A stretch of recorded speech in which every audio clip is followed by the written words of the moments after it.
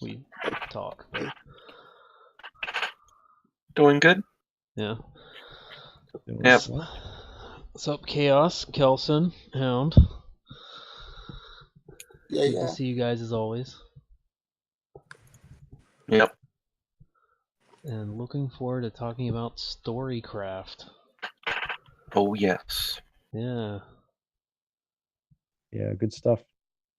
Okay, found it on YouTube. Put it down. So how you guys' week? How's that been for you? decent so far. Yeah. Yeah, pretty mundane. Cool. Yeah. It's been Not a too bit bad. busy for me. I've been trying to put together Indiegogo campaign for my story. Trying to get that ready. So Yeah, I keep been a little stressful. keep forgetting. What's that, Hound? I said I keep meaning to click on that when I see it up on Facebook. I'm like, I don't know why I put it on Facebook. It's a graveyard for links, but yeah.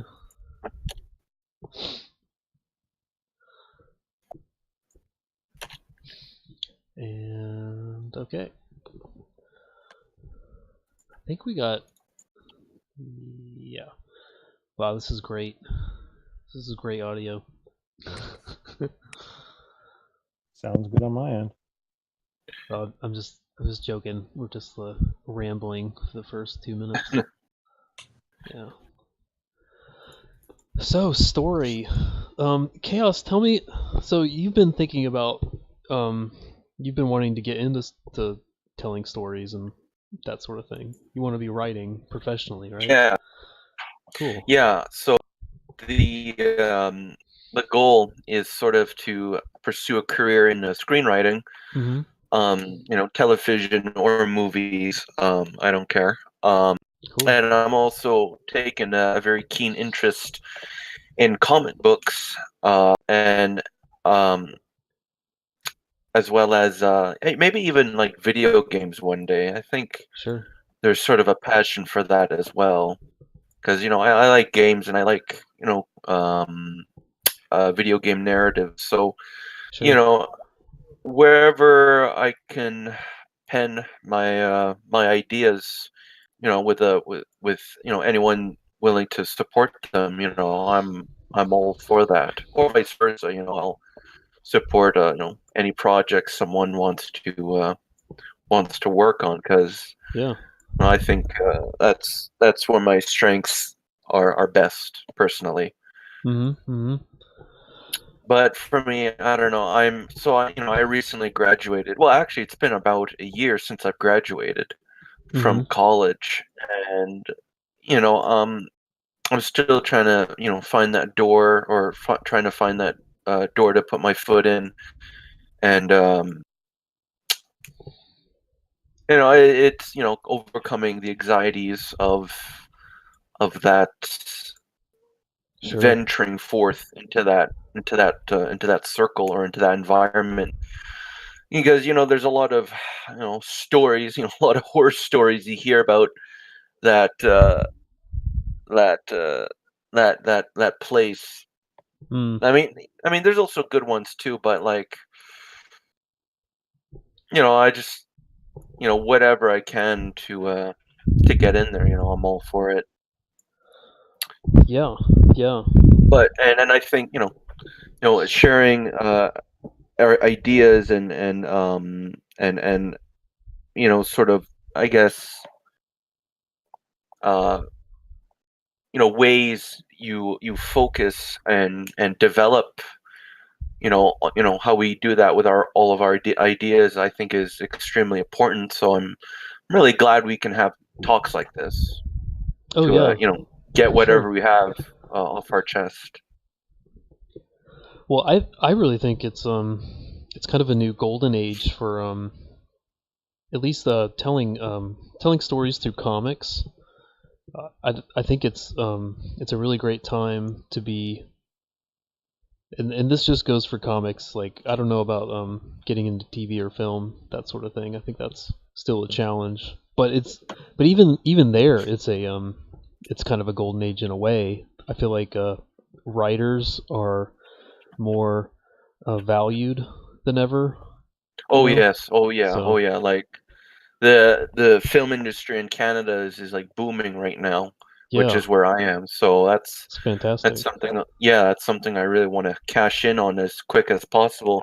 Mm-hmm. And me and my friend, my best friend that I made at college, we really want to work on a screenplay together. So Nice. and Amazon has a lot of offers or deals where you can submit screenplays, and that's something we really want to try and get on. So Wow. yeah, it's doing really pretty good, and yeah, Hollywood or not just Hollywood, but like the industry itself is in need of good writers, because Yeah. there's just a lot of shitty ones, and Yeah. people, it like like especially with big, but TV has been doing really awesome, lots of Oh yeah. awesome TV out, Mm-hmm. but Mm-hmm. movie wise, like, unless, I mean, the big thing now is shared cinematic universes, which I'm not against. I love that idea, but a lot of the execution sometimes is sometimes a little poor or nonsensical in terms of the screenplay. Yeah. Um, I, Yeah. I last night I got back from watching Godzilla. Oh yeah. Yeah, and that was a pretty good, that was a pretty fun spectacle. The Mm-hmm. human part of it was kind of dumb. Like when you have the human, yeah, when you have the human perspective. I mean, obviously that's necessary to break some of the fatigue you'd have watching, monsters just battle. Yeah. So you kind of need that human element to drive the plot forward. But just the way people did it in this film was so stupid. It was really dumb. It was really, really dumb. And it's like this weird and what do you call it? Like radical environmentalism. Kill people so we can save the planet. But it turns out that, that kind of backfired, and Yeah, they were and kind of the bad guys at the end of the day, weren't they? That's what I yeah. heard. Yeah. Well, okay, like, yeah. It's kind of a twist. Yeah, it was, I don't know, it was dumb. I don't know why Charles Dance was in there. Like, he's an awesome actor. He was in Game of Thrones. Uh-huh. He played Tywin Lannister. Like, he's just, he's got such charisma. It's frightening to be in his presence, genuinely. But I don't know why he was in this film. It was really silly. His role is really silly. Like, there was the villain. You didn't even need the main human villain, because you have the monster villain, which is Ghidorah. But the Mm-hmm. main human villain, didn't really need to exist. They had no reason to exist. It was literally a throwaway, and it was just kind of ridiculous.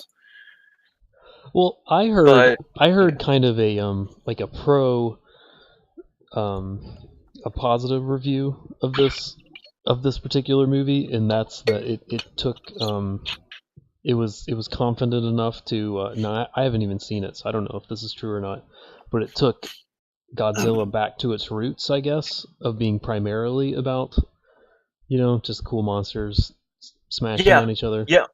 In So that part, it succeeds tremendously with yeah. that. So in terms of going back to its roots, I'd say it's quite successful. Hmm. In fact, it went so far back, they got a lot of the original theme songs Oh, neat. for a lot of the monsters. So Bear Wow. McCreary was the composer for the soundtrack, Oh, and he's great.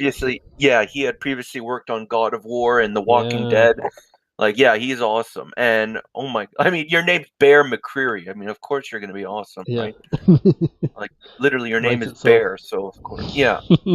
And a lot of the theme songs, like for Mothra, that came from the 1960s, and Godzilla's original theme, and even new ones with Rodan, they were awesome. It was an awesome soundtrack, and you really, although some of the sound mixing was a little weird, Mm-hmm. Mm-hmm. like the sound editing during the film was a little strange. Like, I don't know, it could have been the theater and how it handled that, but a lot of the sound would overlap. The sound and the actual sound effects of the creatures and the ambience would override each other. It was kind of hard to to get into it sometimes. Hmm. But the actual soundtrack live, I have it downloaded on my phone. It was wonderful. So Oh man. and the creature Have to listen designs are to it. pretty wicked. Oh yeah. Oh, please do. It's really awesome. It pumps you up. The original creature designs were, or the creature designs were really good. They were really spot on, really faithful, and realistic. Like it's not like they took Godzilla's original form, but they amped it up for a modern and more realistic audience or a realistic setting, and it works very tremendously. Yeah. It's kind of like the So classic look, but like a high res version, I guess. yes, exactly. Yeah. So I really appreciated that. So yeah, a lot of love and care went into the monster part, which I think at the end of the day is actually a little more important than the human part. You could say it's a very very original in that sense, because the original Godzilla films with the human perspective was just as lackluster. So Yeah. maybe it is 100% true Godzilla film. So like it's funny, the Rotten Tomato score is an 88% in terms Oh of wow. user reviews or audience reviews Yeah. against the critic reviews, which is 40%. So Oh my goodness. in this case, 40, like the critics are meaningless. Like they're just like, get the hell out of the way. You don't really you don't know what this film is really, and the fans really do. So I think it's really like it's not a film for critics. If you're looking for nuance or some kind of deep whatever, some deep meaning, like GTFO, but Yeah. in terms of a nice, and it's it actually has interesting mythological symmetry and call outs, Godzilla. So like in the film, the monsters are referred to as the Titans, all right, and they're the original rulers of the Earth. They're the Oh original wow. gods. Like they literally call Uh-oh. them gods. Yeah. Yeah. That's And you have great. the king of the monsters, so the king of the gods, and his name is Godzilla. And there's a lot of funny sort of symmetry between that and Christianity. One of the characters says we must have faith in Godzilla, and some Oh guy's like, wow. "Oh my God," and someone else replies, "Zilla." So Of course. there's sort of a divine um, caricature to Godzilla, sort Yeah, of, like a that I've supernatural seen. element. Yeah, That's pretty yeah, oh original. yeah, That's yeah. new. Yeah, well, and then you have that one shot in the trailer where Ghidorah King, slight spoiler, but Ghidorah kind of kicks Rodan, or no, Rodan falls into the sea, and then Ghidorah kind of takes over his mountain, and you have sort of a nice shot of Ghidorah on the mountain, spewing lightning, and then there's sort of a cross Oh, I heard in about the the fore, cross. yeah, in the foreground, and that's very Leviathan symbology, a Mm-hmm. multi-headed dragon. And it's funny, he's like, he's a devil figure, because Godzilla, like the Titans, actually preserve life and they actually help the ecosystem grow. So, but when Ghidorah sort of kicks Godzilla's, well, actually Godzilla got killed by the human, um by the human government, fighting Ghidorah, and he has to get revived. So there's a resurrection for Godzilla. Yeah. Um, Through nuclear energy, I hear. yeah, yes. Which is Someone interesting. sacrifices it. Yeah, yeah. And and Ghidorah, he's an alien, and in the original movies he's an alien, but he's like a fallen star. He's analogous to a fallen star. Oh He's wow. he's destructive. Like when he takes over the Titans, he's destroying the planet. He's not saving it, which is where the villains, the human villains, realize, oh, this was a bad mistake. He's not helping the planet. He isn't restoring life. He's destroying it. He's consuming it. Like he's literally the void. Like he is destruction personified. Oh, that's incredible. So when he takes over as king of the gods, he's destroying life. He's killing everybody. But Godzilla resurrects and then defeats him. He freaking eats him. Like Mothra sacrifices herself to give Godzilla burning powers, and I think he's referred to as Burning Godzilla. So he's like some super powered form of Godzilla, Oh my and gosh. he like irradiate or he evaporates his two heads because they can grow back, but because he's an alien, but they get eviscerated, and then he freaking eats them. He's like, oh, nom, nom, nom, nom. This is great. I guess it's So I really like that symmetry, but yeah. it's not just like analogous to Christianity. There's also East Asian influences. Oh, clearly. Ghidorah's Yeah. Ghidorah's theme is actually his theme song is actually the Heart Sutra, which is sort of a Hindu hymn Oh my that's goodness. about destruction and the void and all that. So Oh, it's that's really incredible. spooky. Yeah, no, it's really spooky. So it pays homage to the origins of Godzilla as as a kaiju, as a sort of an Eastern Yeah, like sort an of elemental regional god kind of thing, right? and he's associated with the air and lightning, right? Yeah. So it's really just really cool stuff. Oh my gosh, you just sold So me on it. so yeah, I would suggest going to see it. It's really nice. It's really really awesome. And a lot of the other kaiju, like you have the four main ones, and there's a lot of other designs, and it's pretty good. Like it's very creative. They did a really good job with the creatures.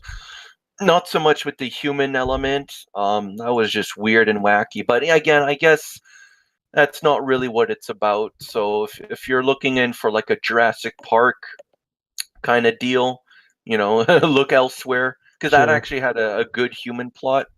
Yeah. Sided together with the dinosaurs, but these aren't technically dinosaurs. Some are, but it's a little more broader than just like super mega dinos. They're aliens, they're mammals, there's insects. So it's more of a broader. It covers a broader range of creatures and mythology, or just Yeah. it's a different Yeah. kind of monster movie experience. No, I mean, I'd definitely at this point I'd rather watch a kaiju movie than a dinosaur movie, honestly, for those reasons.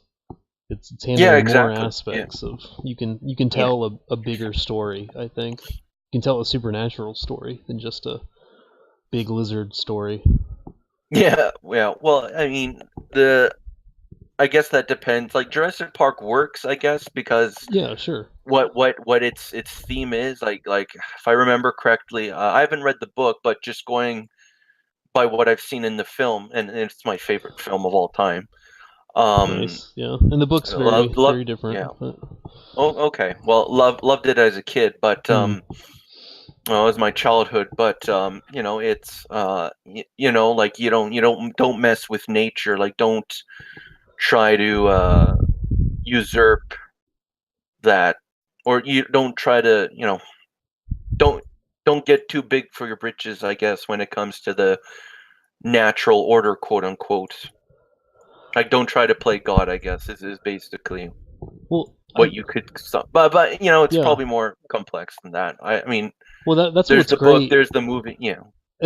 I loved the I think there's like a multi-dimensional, and Kelson, I'd like to hear your thoughts on this too, but I like to think of there's a what do you, like a fertility theme, I guess, for like a lack of a better phrase, Okay. in Jurassic Park, of like like the main characters are all struggling with uh different views on procreation. Oh, okay. If I don't know if you picked up on and so there's a dysfunctional outlook on it at the beginning, and then over the course of the story, they learn how to that it's better not to create dinosaurs. It's better to start families. Basically, is kind of how I'd simplistically summarize That's an interesting message. Okay. Yeah, Well, I might be I in the guess. minority for saying it that way, but I mean, Doctor, the guy, the main Doctor, what's his name? The guy protagonist guy who's not Yeah. Jeff Goldblum. Alan Grant. Yeah, Alan Grant. He's Yeah. Okay. his idea is his kids are his bones, his dead dinosaurs, and then someone offers him the chance to bring those to life, and he's initially excited about that, and then he realizes that's just a corruption. Like bringing that to life, he's realized that his passions have been misplaced, and the love of his life, what's her name? You know, blonde lady. Ellie. Yeah, she's been there all along. She's the one who wants to have kids. He hates them, and then you've got Jeff Goldblum, who's kind of like the shadow version of Alan Grant, who I guess like loves the business of the fun part that comes before procreation, I guess. Yes. And loves kids and all these other things, but he's also he helps Grant to see and helps the audience to see that because he can smell a rat from the start, that there's something wrong with trying to make I guess defining life in terms of looking at dead things, I guess. And Right. I don't know. That's kind of a Right. twisted summary. I'll interject 2 comments Please. on Malcolm. First, he could smell a rat because he was sitting next to Gennaro the entire time. Second, I would argue that besides both being human males, Alan and Ian are nothing alike. Their Yeah. personalities are almost polar opposites, which Yeah. Okay. makes it rather interesting, the discourse between them when they're riding in the car together. Yeah, they need that tension because they're displaying contrasting outlooks on I guess on life, yeah, and the themes of the story. Yeah. Now this whole procreation theory, I've not heard that before, although that gets even more interesting in the that gets even more interesting in the sequel, because then you meet Malcolm's daughter. Yeah. I think it was somewhat intentional because they continue that onwards. Though I guess when you're making a sequel, a lot of times there's an inevitable kind of push to add like a kid, next generation kind of thing to the mix. Yeah. Well, Yeah. sure. But even at the end of, if I'm remembering right, at the end of the first one, Alan like looks out of the helicopter. They're like safely leaving finally, and they see like a family of pterodactyls. Or no, Pelicans. sorry, pelicans. Pteranodons. Yeah. Oh. Bird dinos flying, like a family of them, and he kind of smiles, and then he smiles at Ellie. So I don't know. That's my thesis. I think that's not original to me. I think I stole that from some YouTube reviewer. But I mean, Spielberg's really a master in general of telling a human story and finding the right like plot premise that's just going to background that family drama that he wants to explore, you know, like broken families and how they can heal. That's kind of all of his movies, and there's no one that does it better, you know. The dinos are just there as a device to help people realize that they need each other and how they need each other in the right ways. And merchandise. More or less. Yeah, and merchandise. Yeah. Yeah. Well, so what, Kelson, what kind of, I mean, I hate to throw this out so broadly, but do with this whatever you will. Like, what sort of stories do you like telling? Maybe we can just roundtable that after you're done. But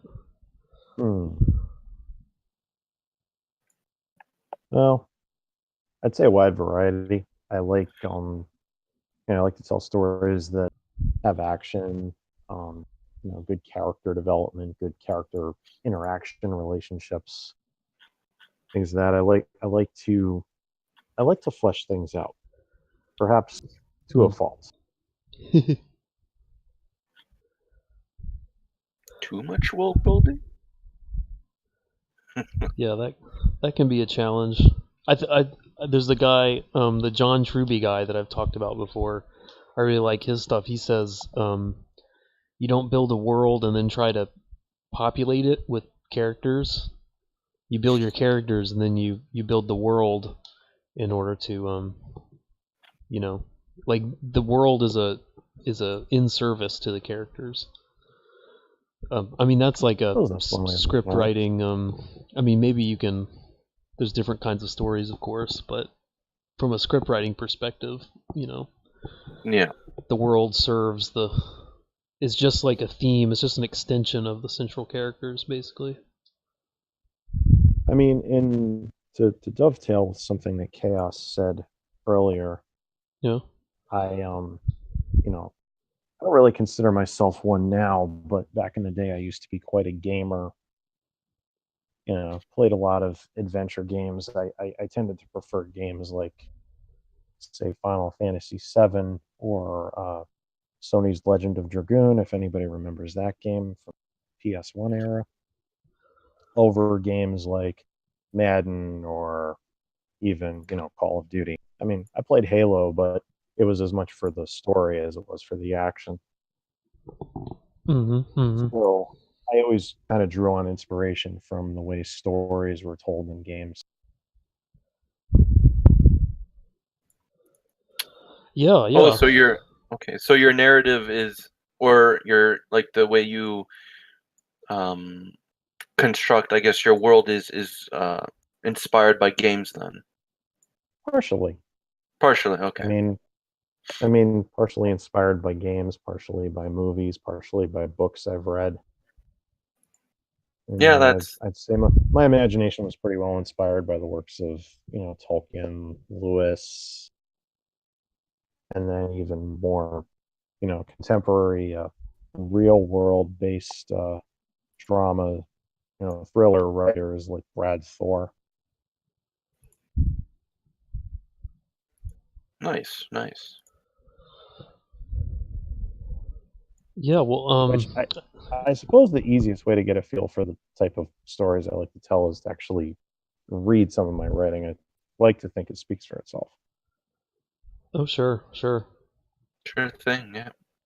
Well, I think. I mean, game. Kelson and I have a background. We went to art school, and Canada was also known for its gaming companies too. Yes, So it's very up in strong. Montreal. Oh my gosh, yeah. Yeah. So Yeah, you've it's got a lot pretty of big. opportunities there as well. Oh, definitely.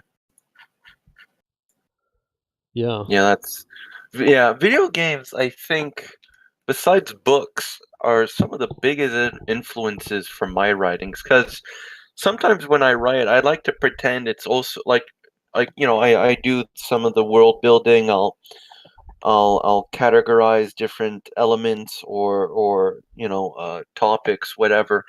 But sometimes I like to write it like I don't know if my brain is just used to it this way, but I just like write it sometimes. It's as if as if it were a video game. Like, so, like, it's weird. I'll That's interesting. like, I don't know if it's a way to help me write, if it's a method of, I don't know, what do you call it? Like, it's just It's a better way. exploration, kind of. Yeah. Like, I'll write it in a way as if it were a video game, because I don't know. That's probably the most influential medium when it comes to writing, and that's why I'm really considering video game career on the table. But I'd Mm-hmm. probably have to go back to college for that, which I'd like to do. That'd be fun, but I don't want to get too much in debt. I mean, I already have my college degree, and I've been very blessed and lucky without having to be in debt at the end of it. Oh, that's fantastic. Yeah, no student debt, Good for you. to pay off. So, I really want to maximize on what I have already, and maybe pursue it as a potentiality later on, Mm-hmm. assuming, of course, movies goes well, or movies go well, or TV. But Yeah. Well, yeah, that's definitely something to look into. And comics, those sound fun. a lot of people, they get their like, it's surprising, like more than I realized. before getting into it, a lot of people sell, like, they'll option their comic script for, to a film company. And that's, I mean, it's not like a lucrative sort of thing, like, maybe you'll make 5-10 grand or something. But Oh, that's interesting. I mean, for, a year's work or something. So Right, but right. that's one way people get their stories. Now I can't think of anyone who's gone from comics into like writing film. I think there's been a couple DC people. Okay. That's kind of a challenge, but I mean, with writing a film, there's a whole production cycle that you begin with pre-production, then actual production, shooting the film, and then post-production, which is editing. And a lot of that, a lot of that involves storyboards and camera shots. Your shot list. And I don't know if there's a similar process with comics, because you have that superficial similarity when it comes to a sort of what do you call it? A panel that has a character doing something, compared to a storyboard, which is how you're framing your shot for you to shoot. So I mean, there's that similarity, but again, I don't know the comic process fully, so that's something I'd like to explore. Well, Definitely. it's a lot. I mean, I got into comics by way of storyboarding. Like, I at first wanted to go into film, and then I explored storyboarding just to get my directing ideas down on paper, and reading about all my heroes like Spielberg being, good at storyboarding, and so trying to get good at that myself, and then realizing, like, holy cow, this is like, I'm making comics. I didn't even know it. So see, that's very helpful. That's interesting. Speaking of storyboarding and Spielberg, I'd have to dig it out because I have absolutely no idea where it is. But yeah, I'm not even sure if I still have it. But I did at one point have the production book for the original Jurassic Park. Oh, neat. Which includes a ton of the original storyboards from production. Oh, cool. Well, are they good? Like, maybe I might be speaking out of turn. Maybe they're not as good. They are. Yeah. Actually. Okay. Good. That they actually, I took a lot of inspiration from those at the time. That kind of got me into a bit of storyboarding myself. Nice. So yeah, that was fun.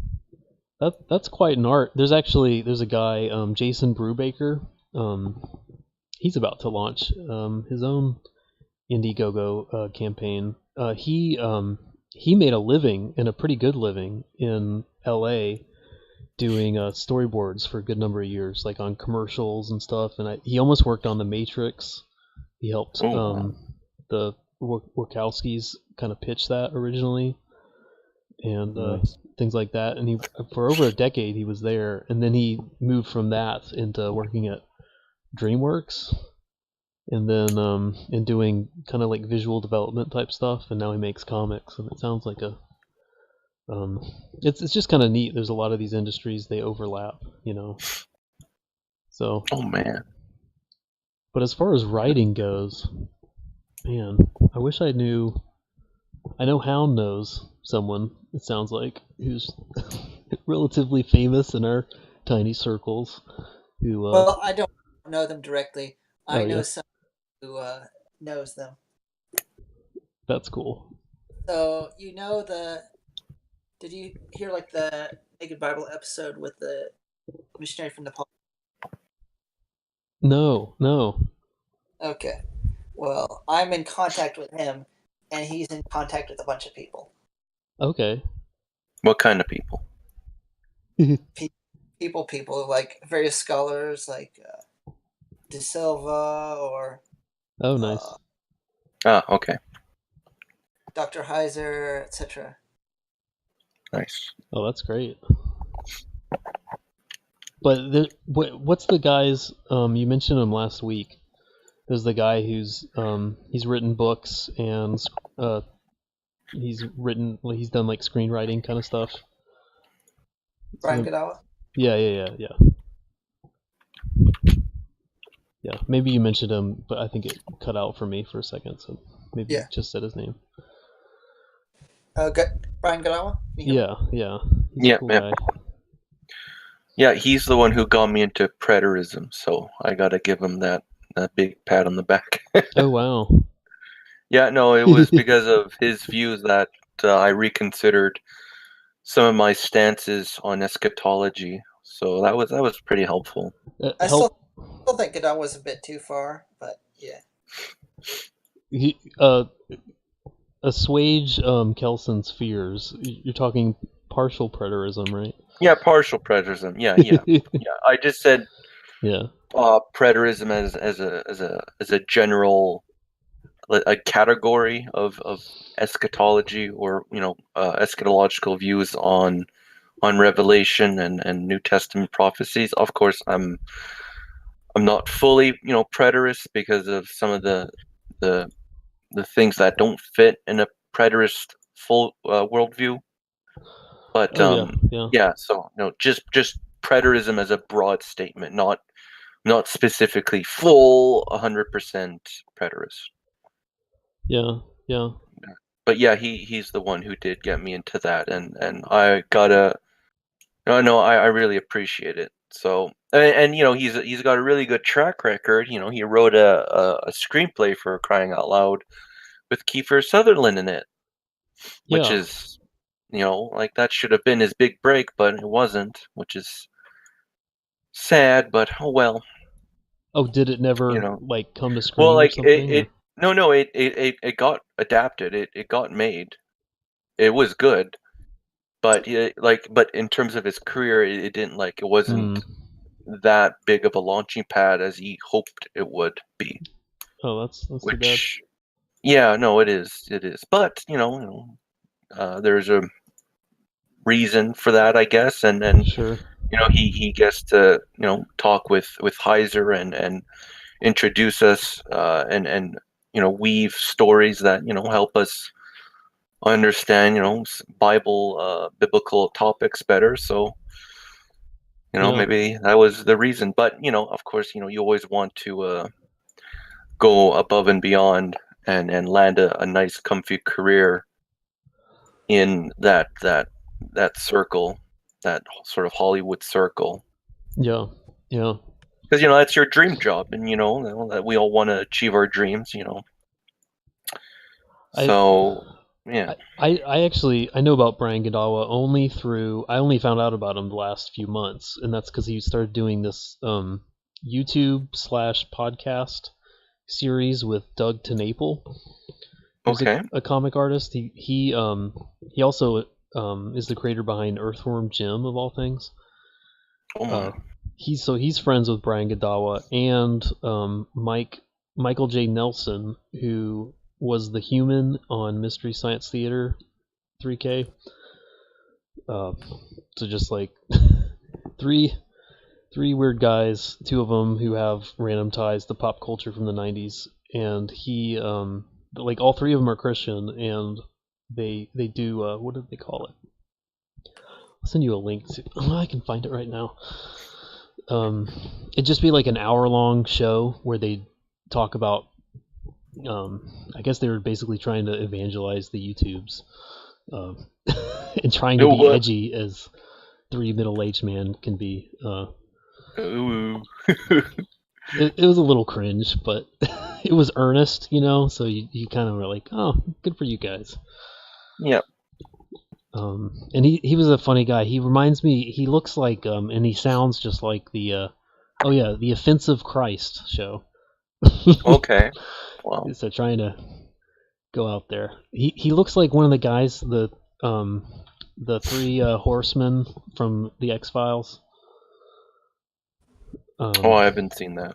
Sorry. It's like these nerd guys who are hackers and stuff. He's like the long-haired weirdo guy. Okay.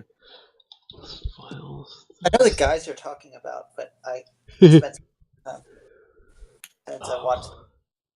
I'll show you. Anyway, yeah.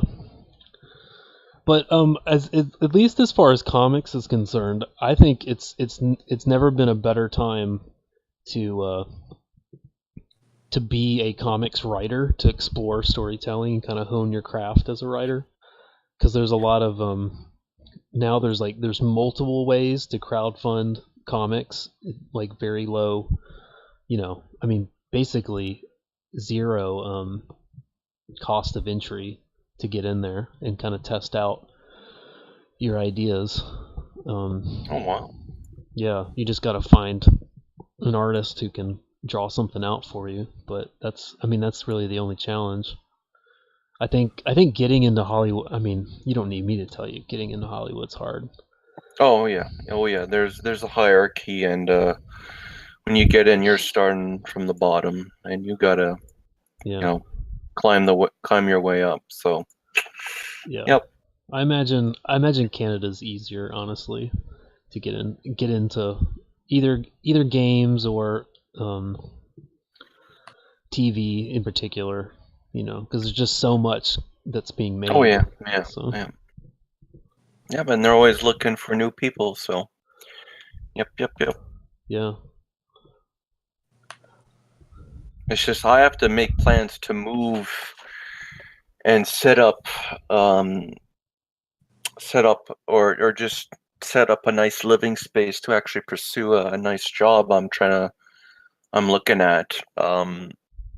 I've had previous experience working for a union, which is IATSE, and they have a bunch of different venues. So they do theater, but they also do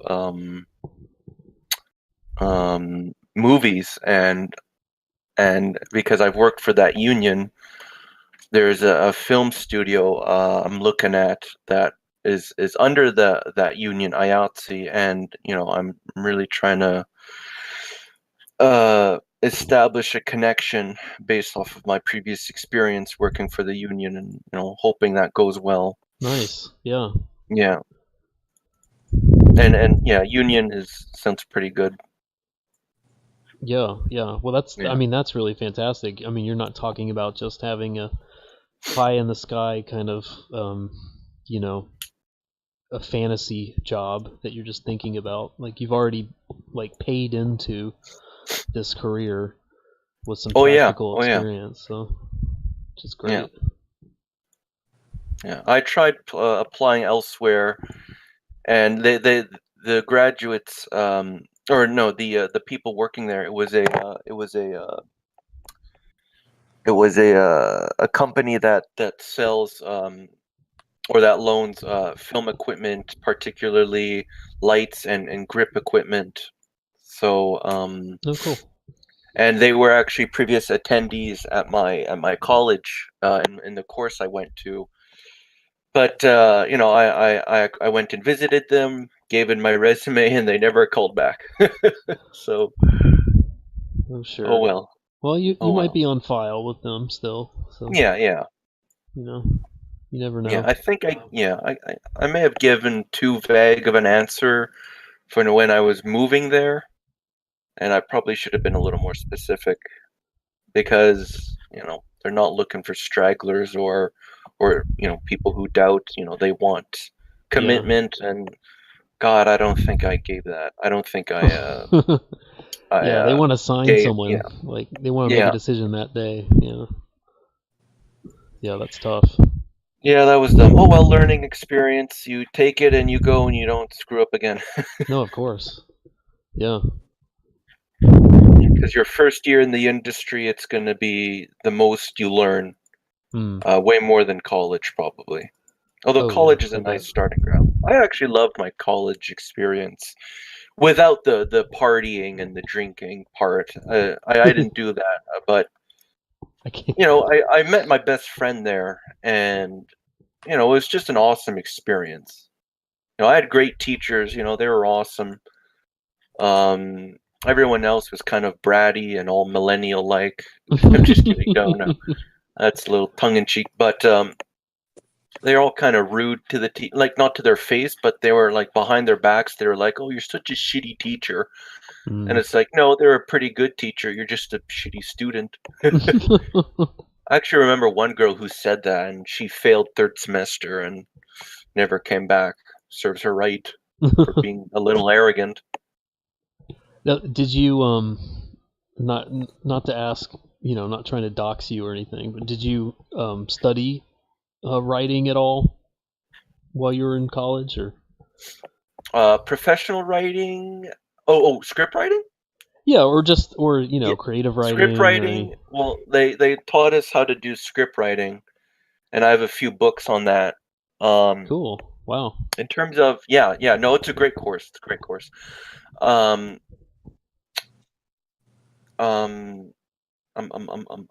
but no practical, like, I guess, I don't know, not book writing. Like script writing and book writing are like two very, like, it's writing, but it's two very different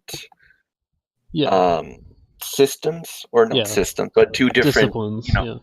Disciplines. Like, it's like there's overlapping themes, but with script writing, you have to remember it's a very visual experience you're trying to emulate, or you're trying to bring to life. Mm-hmm. Whereas a book, you have you have different points of views. You have first person, you have third person. You have the God perspective, telling you what the character's thinking, what he's doing. Then you have the personal perspective, the first person, what am I doing? Mm-hmm. But with film, it's you can't get inside someone's head. Mm-hmm. So you have to try and display a scene through visuals and through body, not just body language, but through the entire scene. So it's a much different process, because it's show me, don't tell me. So it's just a much different like you said, discipline. And my teacher, who made a really good point, like, when it comes to script writing, don't get all flowery with the language. Like, how book, there's lots of prose and all that in book writing, but with screenwriting, you keep it simple. You describe just what the audience is seeing, what you're gonna see, because you have to shoot this, like, you have to put this in front of a camera, and then you have to edit it. And obviously, a film doesn't work with voiceover, or no, not voiceover, but with voices in people's heads. You see a movie, you don't listen to a movie. So that's not always. There are movies that use narration. Like, okay, narration is one aspect of a narrative or a film, but it's not. You cannot solely rely on that as your bread and butter. Like, film is very niche when it comes to how you write it, and so that doesn't always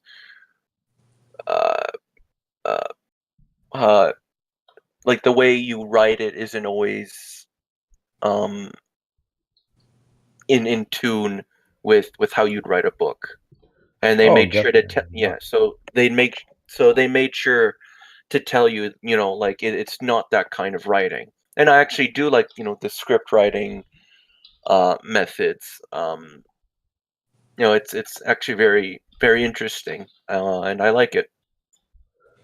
Yeah, basically writing a script apart from the dialogue and any narration between characters, you're basically writing down a set of instructions for everything that they do. Yeah, more or less. Yeah, like, you start with the log line, then you write your treatment, and then basically you copy paste your treatment onto your script, and then you add the dialogue. And it's always, present, what do you call it? Present tense. There's no past tense or anything. It's always happening right now. Yep. So that's another big difference. Yeah. Most everything in book writing is past tense. I'm sure one thing that's helpful with that is that you probably learn really hardcore like the show don't tell, whereas with writing, it's very easy to do a lot of tell. Right? Yeah. Yeah. What do you think about that, Kelson? Just like with your like literary writing experience. Okay, I did not hear the question. I can barely hear Hound when he's talking. Yeah, my microphones have been like really acting up today. But yeah, I said that I'm guessing that with the sort of script writing training, you learn more about show, or it trains you into a show don't tell mindset, because film is all about the show, and you can't get into like long drawn out talkiness about different little things about your world or about what's inside your character's head, etc. Yeah, no, that would not. That would be a very bad film if you, very boring one if you did that. Yeah, but I'm Or if you guessing, oversaturated, yeah. I'm guessing if you it would be easier transferring from that into writing, where you're already trained for the show. Right? At least that's what I'm sort of imagining. Yeah, I mean, even in terms of writing a book, it is. I mean, because I did take a couple of writing classes when I was at Ringling, and it was encouraged to, you could definitely write from a perspective of exploring a character's mind, or having them kind of internally narrate something. But at the same time, we were encouraged to do as much expository through action rather than telling. It's like, oh well, this person is a good person. Well, no, don't say that. Show them being a good person. Yeah Yeah, they gotta exactly. Action, save the cat from the tree in the first act or something. Yeah, it's like rather than saying, oh, this person is incredibly strong, just show them doing something that demonstrates their strength. Yeah, a lot of shows seem to forget this nowadays, and it's kind of annoying. Oh, you think so? Yeah. So you've seen examples of that? Yeah, Game of Thrones. Oh yeah. Oh my god, that last season was abysmal. Nah. Oh man. See, I played the long game. I never watched Game of Thrones, so win-win. I mean, it's good for the first 4 seasons, but it just burned, and quite frankly, I don't know. I'm not interested in the author's world anymore. He's kind of weird, a bit petty. I mean, he's smart. It's a good world. It's a very wonderfully built world. Like it's believable, but George himself, I don't know. Like there's like sort of the way he plays with religion in Game of Thrones is just very juvenile and it's a little boring, to be honest. Like almost all the religions are weirdly monotheistic. And I don't know, it's just weird, but what I know thus far of Martin's, political, social political worldview, based purely on things he's said and reacted to that I've read about, I that in and of itself lends me very little interest to his world personally. Okay. Yeah. No. That's. I mean, sometimes there's the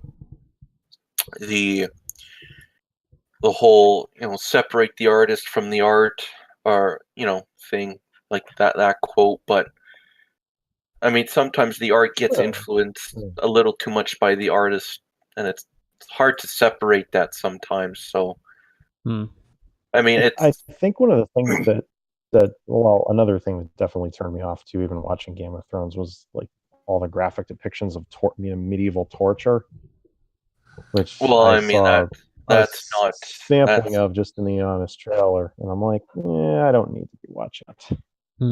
I mean the medieval world was pretty brutal, so I mean that's. Oh, I know. I read a detailed account of the Spanish Inquisition, and reading about that stuff was bad enough. I don't need to see it on a screen. I have a tendency to be able to unsee things like that. So Okay, so I not want good. to Yeah. just push Mark to the side and give like a shout out to Brandon Sanderson, who is the Oh yes. greatest authors of our generation. Wait. Okay. Defend him. How do you mean? Well, for one, he's like extremely prolific. The man, when he takes breaks, he does it by writing a book. He's like, Yeah. okay, I'm going to take a break from writing this book. So to take a break, I'm going to write this other book about something else. God, I wish I could do that. And Don't we all? like, I mean, you can actually look up his some of his classes on YouTube. He's actually has okay. taught writing at BYU. Brandon Sanderson. So Yeah. he finished the Wheel of Time series, and he's also known for his Cosmere series. Okay. The Cosmere series is like a connected universe with different stories and series taking place on different planets with different magic systems. Cool. Probably the best at sort of hard magic systems. Like I know Chaos knows, but both of you know like the differences between hard and soft magic systems. No, but I'm really curious. So Lord of the Rings is a soft magic system. You know there's magic, but it's sort of vague. It's like, oh, it's magic, and anything that happens, it's like, oh, that was because of magic, but you have no idea why it happened. Hard magic systems sort of give you a why, and everything sort of operates along that why. Okay, yeah. So it's a science by another means. Basically. That makes sense because that's actually how I write it in my world. Oh yeah. Hard magic? Yeah. Which way? Hard or soft? I would say hard.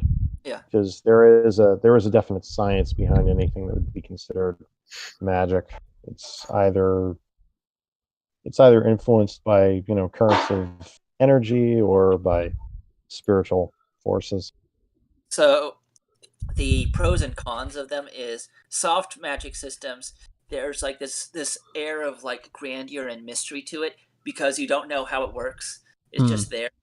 But the cons is it can easily become like the Deus Ex Machina to like save your characters. Like, oh, we save him with magic, and it feels very unearned.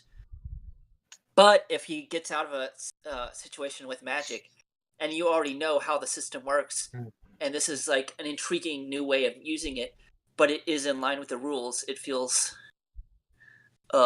less like you're just pulling it out of nowhere. It's almost kind of like, up to a certain point, we believed the Force in Star Wars to be something of a hard magic system, and then it got soft rebooted. Well, now it seems like it's pretty much anything goes. Well, I think at the beginning it was seemed like a sort of soft magic system because it's just the Force does things. Yeah. By means of the Force, and then Lucas wanted to put in like the midichlorians. It didn't really it didn't really make it hard, as in it gave it more rules, but it sort of made it harder, I think. Yeah, it was less of a supernatural. Tried to do that, and that that tended to get a bad reaction from people. Yeah, because it had all the pros of a soft magic system, which is like the sort of the grandeur, the mystery, the sort of mysticism of it. But what happened in the prequels is that it took away some of like the mysticism without actually giving the pros of a hard magic system, which is like the rules to make it work. It's like, oh, it has to do with these midichlorian things. It's like, oh, Well, Oh. that kills the romance and doesn't actually do anything for us. Yeah, it's almost like he wanted I to might strip be out one the of supernatural from it, and he thought it would be I more might, cool. I might be one of Yeah. I might be one of 5 people who didn't have a problem with midichlorians. Yeah, yeah, I you're in the didn't minority. necessarily see it as a stripping out of the supernatural, but rather just kind of an explanation for it. Yeah. Like if you were to postulate that electromagnetism is more or less the conduit between the physical and the spiritual. Oh, yeah. I Well, that's think a good way to put it. with the midichlorians thing is it made the Force like about your birth. If you're born into like the midichlorians, then you have the Force, but everyone else is just like the whatever. Whereas with the first one, you get the impression that anybody can have the Force. Well, I actually didn't take it that way. It seemed to me, because I mean, even in the very first, even in A New Hope, when Vader is trying to target Luke and he seems to be having some difficulty doing so, he says, "No, the Force is strong with this one." Yes, so, but I could take that as I kind of regarded that as a fact that Force sensitivity varied from person to person, and I wouldn't necessarily regard the midichlorians as a hereditary trait. It might not have been affected by that at all. What I got from saying like strong with that one would be something like God is very with this sort of person, as that sort of thing, rather than this person is like genetically above board here. It can still be in that mystical mold without being like oh, this is just because of this person's birth. Yeah, I mean, the Force has a will. In the same in the same token, I mean, we do believe in generational spiritual influence, like, sins of the father and whatnot. So yeah, it's not to say as if there isn't a I mean, I happen to be of the singular belief that we have a physical DNA, but we also have kind of like a spiritual or energy based DNA. Interesting. So that being said, it is 10:38. I know Matt told me we need to wrap it up at 10:30. You're being very kind. Yeah. Unfortunately, I can still go. Oh. Yeah. Well, I can leave and you guys can keep hanging out. That's for sure. If you want. We'll be there. Man, I hope we didn't really we just kind of like chatted about a few stories we liked. I hope we helped you, Chaos, in some extent. No, I loved it. No, that was great. Yeah. That was great. No, I did want to talk a bit more on the comic stuff, but I don't know, unless you want to save that for next week. Is actually E3 if you're all interested in that. Oh. Now, see, that's what I'm looking forward to. All right, Kelson, do you want to do one on E3? Yeah, everybody's on about this movie and that movie coming out, and I'm like, I want to see what's going on with the remake. I've been waiting long enough for that. So it starts June 11th, and that's next Tuesday. So hold on, let me see the lineup for who's going. So, oh, wait a minute. Oh no, it's okay. No, the press conferences are the 6th, the 8th, and the 9th, and the 10th. Mm-hmm. Okay, Nintendo gets its press conference on the 11th. Oh, we can still, do a show on that. Yeah, no, we can still review. Yep. Yeah. No, that sounds fun. That gives us enough time. I mean, you said 9th, 10th, and 11th? That's so the 6th, the 8th, the 6th, the 8th, the 9th, the 10th, and the 11th. But that's like at 9 a.m. on the 11th, so. Well, we could That's early. if we did around the same time, we could do kind of like a recap of everything, I guess. Yeah, sure. What Yeah, we like from all of it. That would pretty much be at the end of it then. Yeah. Yep. Yeah. Well, that's actually optimal because Yeah. that would give us time to digest all the news, and Mm-hmm. we could notably speak out about what we're excited about and what we're looking forward to seeing. Yeah. Yeah. Yeah. What That's a great I'm idea. especially looking forward to is this downloadable demo that Square Enix is promising, which I don't have a PlayStation 4, much less PlayStation Plus, but a lot of people who post to YouTube do, so I'm looking forward to the Let's Plays. That's going to be exciting. Wow. So they're already going to have yeah. something by then. That's great. That is the promise. Yeah, Kelson's a big Final Fantasy fan. So. Nice. Yeah. Okay. Well, let's set it for next week. This will be fun. We'll be watching E3 news as things go along. Yeah, I'll be following that closely. Cool. All right. Well, I'm gonna press the button here. You guys hang on for a second afterwards, but I'm gonna say goodbye to anyone who's checking this out at a later point, and or anyone who's checking it out on I think we're on Facebook, DLive, YouTube, and Twitter.